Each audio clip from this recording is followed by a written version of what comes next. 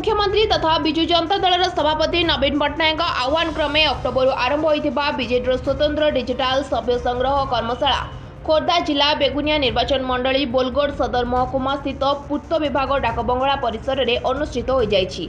स्थानीय विधायक Pradeep Kumar Sahu अध्यक्षतार बोलगोड block छामुआ BJD कर्मी और समस्त पंचायतर डिजिटाल स्वेच्छासेवी मानक नहीं सभ्य संग्रह कार्य को त्वरान्वित करने सह बीजेडी सुप्रीमो नवीन पट्टनायक आदर्श में अनुप्राणित होई दल को शपथ पाठ कराइथिले। एही कार्यक्रम को राज्य बीजेडी संपादक शुभकांत महापात्र प्रशिक्षक भाव उपस्थित थिबा समस्त युवबंधु मानकु वार्ड स्तर में नूतन सदस्यता अभियान संपर्क में अवगत कराइथिले। प्रशिक्षक सुरेश सामंतराय और संयोजक सागर बराल प्रमुख तृणमूल स्तर में दल को सुदृढ़ करने विधायक साहू आह्वान देइथिले।